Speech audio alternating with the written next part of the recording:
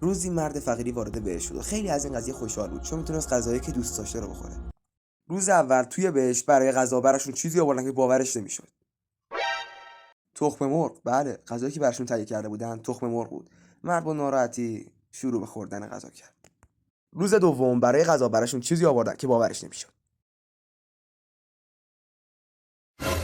نان خشک، بله، نان خشک. مرد عصبی شد و نون خشک رو به زمین کوبید. ولی ناگهان فکری به ذهنش رسید. این که برو ببینه جهنمیا دارن چی میخورن. وقتی که خودش رو تونست برسونه به در جهنم، چیزی رو دید که باورش نمیشد. جهنمیا داشتن چلو کباب میخوردن. مرد که پشماش ریخته بود با اعصاب تخمی رو به آسمون کرد و گفت خدایا من که آدم خوبی بودم، آخه برای چی باید بیام اینجا نون خوش سق بزنم؟ ناگهان ندایی به گوشش رسید. ای مرد فقیر، حالا یکی تو بهش یکی همه پیرزنی، ما که نمیتونیم به خاطر تو بریم یه دیگ بزنیم آخه. مرد که خیلی ناامید شده بود نون خوش رو برداشت و پلاستیکش رو باز کرد و شروع کرد به سق زدن.